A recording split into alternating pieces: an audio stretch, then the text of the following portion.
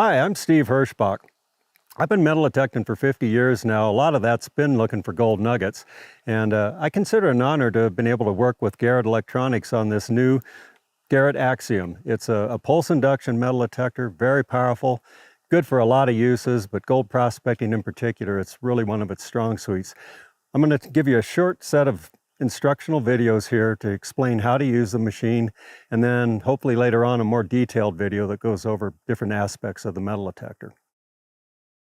Okay, the basic power-up procedure with the Axiom is pretty simple. We've got two sets of controls on the machine. There's the direct access buttons on the control panel itself, and then there's a menu where you have additional advanced functions. Power-up's real easy though. We've got a power button, so we'll turn the machine on, and a volume control is the first thing I'm going to hit and get the volume set. Now the volume is going to be whatever's comfortable for you to hear the targets at its maximum level. So you go over a test nail or a nugget or whatever you've got to make sure you've got sufficient volume there. The threshold control again is an access control, and I typically turn that up to where I can just barely hear the thing, just a slight buzz. Some people don't like that. You can turn it down a little, that's fine, but get it right about where you can just barely hear it.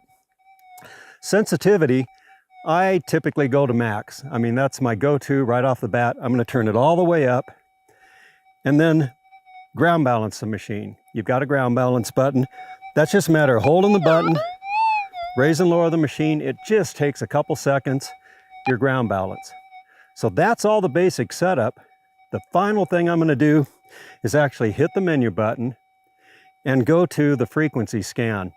And that again is very simple. Once you've got all these other controls set, hit the menu, go to frequency scan, hit the plus button, and let the machine cycle. It'll take about 45 seconds. Go through and find the best 5 channels, and then out of those, it's going to pick the best. You're good to go. Once you've got your basic settings, and they are very basic, you're up and running, the key thing with the metal detector is to scan back and forth.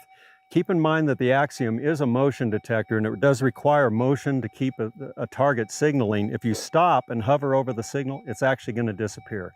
So scan along, keep the coil close to the ground, no more than a ½ inch, or even on the ground for a lot of people, but keep it close to the ground.